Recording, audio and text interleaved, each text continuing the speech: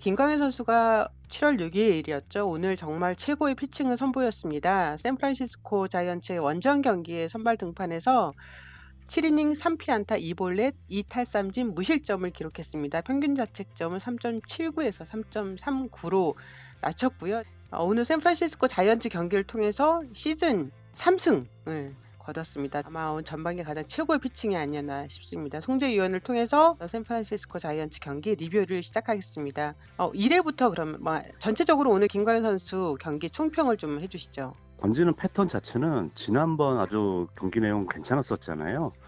그런 패턴을 유지를 했던 것 같습니다. 지난번에 말씀드렸던 가장 좀 중요했던 부분이 김광현 선수가 잘하는 거에 집중하자. 좀 그런 느낌이었어요.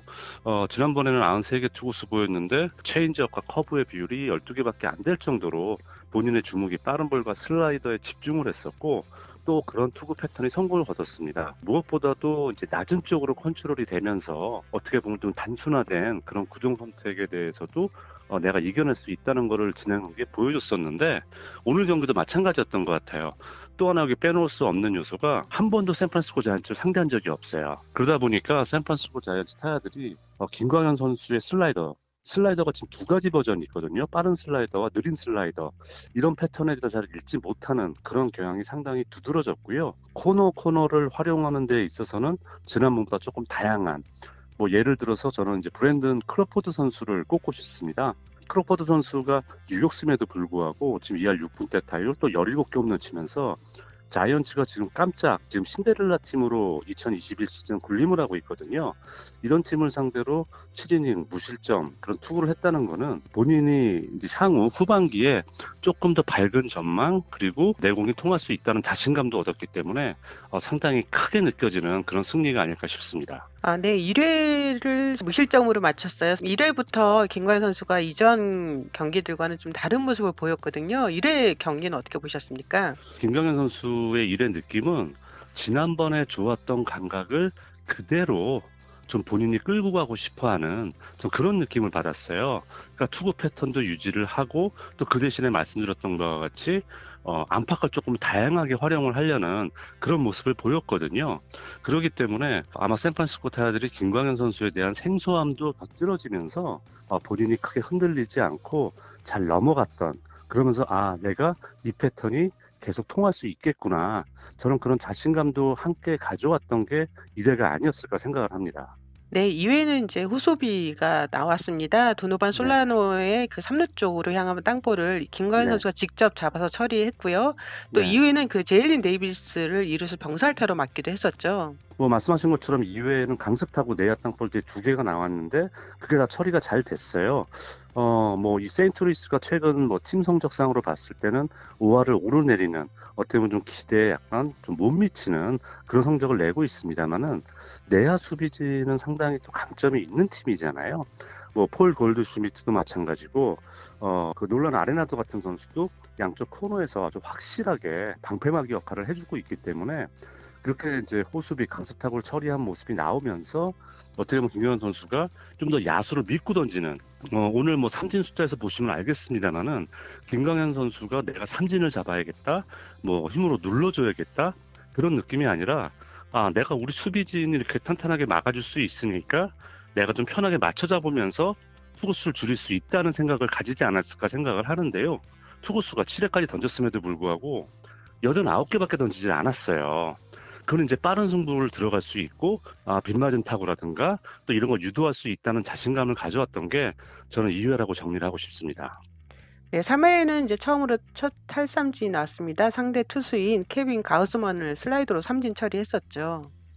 이것도 재밌는 부분이에요. 그러니까 예전에 김광현 선수가 상대방 투수 나오면 내가 투수인데 변화고보다는 좀 빠른 볼로 승부해서 잡아내겠다. 약간 그런 자존심적인 문제가 있었는데 지난 등판 때에도 상대 투수가 나왔을 때는 오히려 슬라이더를 적극 활용하면서 빠른 볼 카운트 내에 승부를 보는 그런 모습이 상당히 저는 기억에 남았었거든요.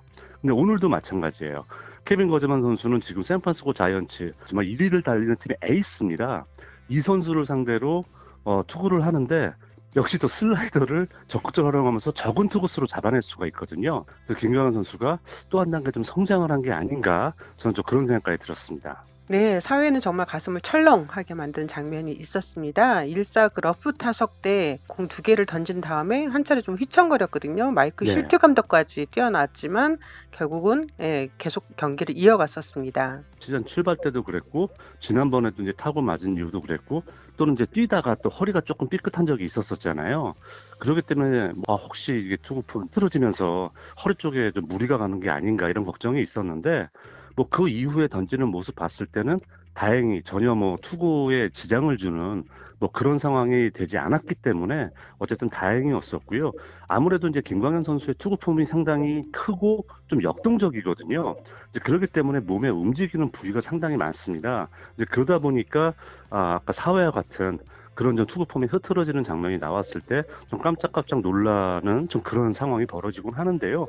그 이후에도 7회까지 무난하게 또 컨트롤에 이상 없이 구속에 떨어짐이 없이 잘 버텼기 때문에 부상과는 좀 무관한 좀 그런 좀 하나의 작은 해프닝이 아니었을까 생각이 됩니다. 네, 김가연 선수가 5회에는 공을 6개로 끝냈고요. 또 6회에는 더 짧았죠. 공이 5개로 무실점 네. 이닝을 이어갔습니다.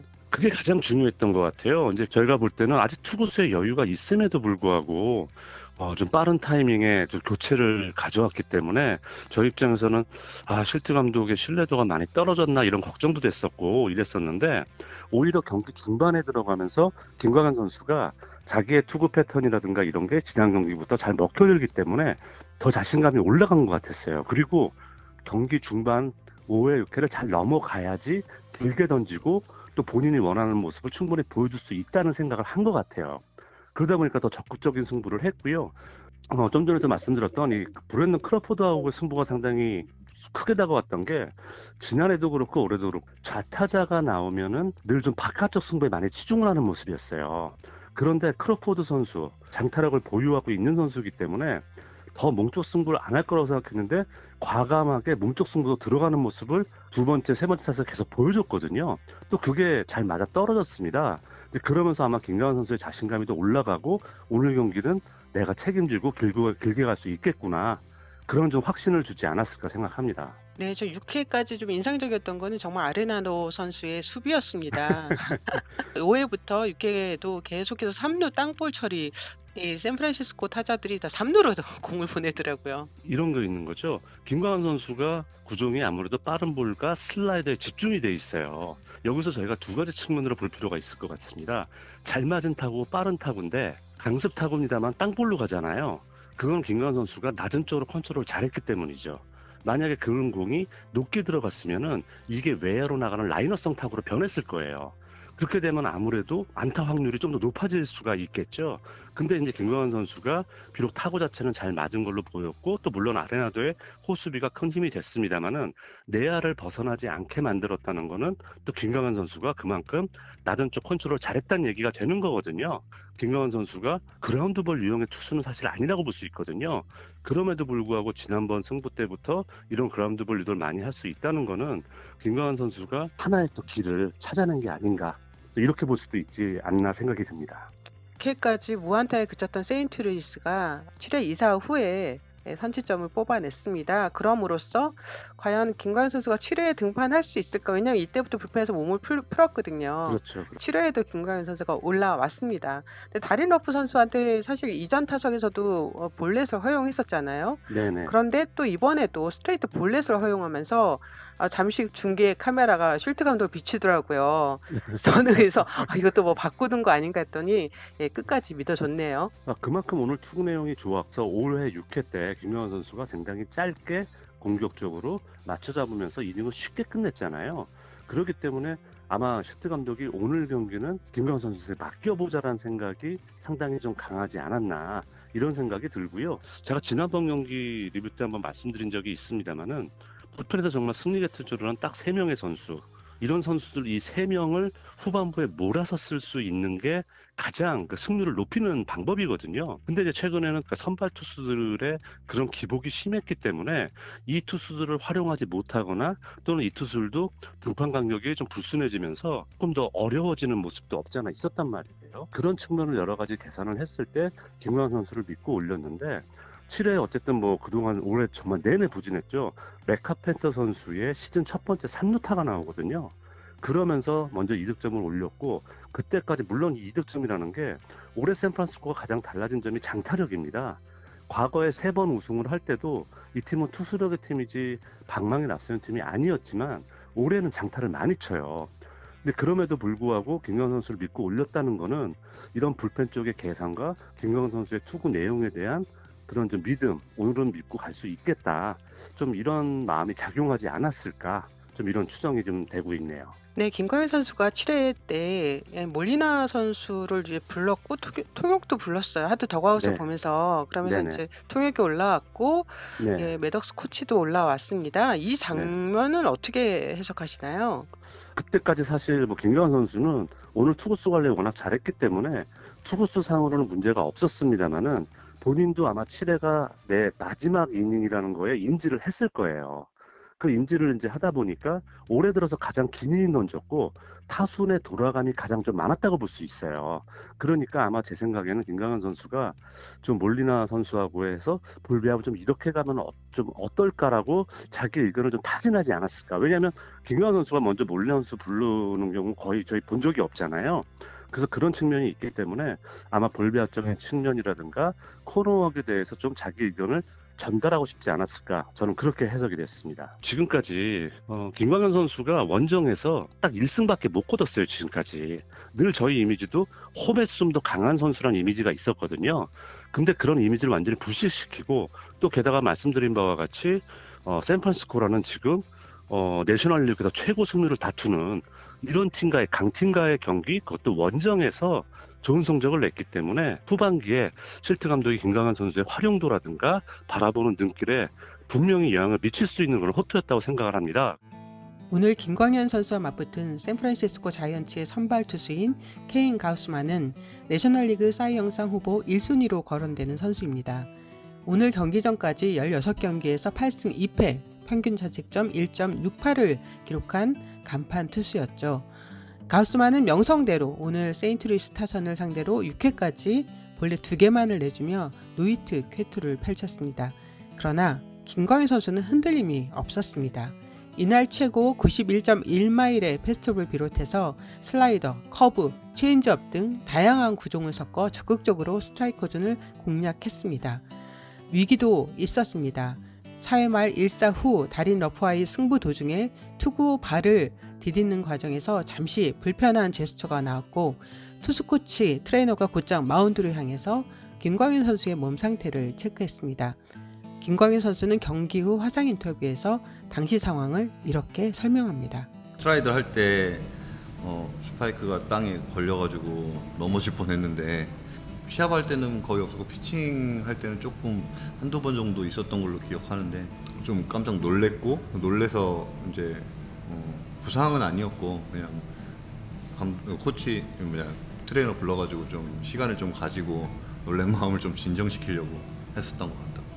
김광현 선수의 이날 경기는 공격적인 스트라이크 존 공략과 뛰어난 완급 조절이 장타를 최소화했고 효율적인 투구수 관리로 이어졌다는 부분입니다. 오늘 3개의 안타를 내줬지만 김광현 선수가 7회 마운드를 내려올 때까지 샌프란시스코 타자 중 누구도 2루를 밟지 못했습니다. 김광현 선수는 올 시즌 전반기를 이렇게 돌아봤습니다. 시범 경기 때부터 계속 부상도 있었고 성적도 계속 안 좋고, 사실 작년에 짧은 시즌이었지만 잘했었는데 올 시즌에 잘할 수 있다는 마음, 자신감을 가지고 좀 했었는데 부상이랑 겹치고 부진도 하고 이래서 많이 힘들었었고, 오늘 경기를 계기로 좀 자신감도 찾고 조급함보다는 좀 경기를 많이 즐기면서 후반기를 잘 마쳤으면 좋겠고, 허리 부분이라든지 어깨나 팔꿈치 이런 부분에 있어서 트레이너 도움을 잘 많이 받아서 트레이너한테 이 자리를 빌어서 고맙다고 다시 한번 얘기하고 싶고, 앞으로도 잘 치료랑 이제 재활 이런 거를 좀 열심히 해서 남은 경기도 최고의 모습을 보여주려고 노력하겠습니다. 세인트루이스는 5대3으로 승리하며 김광현 선수에게 3승을 선사했습니다. 오라클 파크에 처음 서본 김광현 선수로서는 2021년 7월 6일에 샌프란시스코를 잊지 못할 것 같습니다.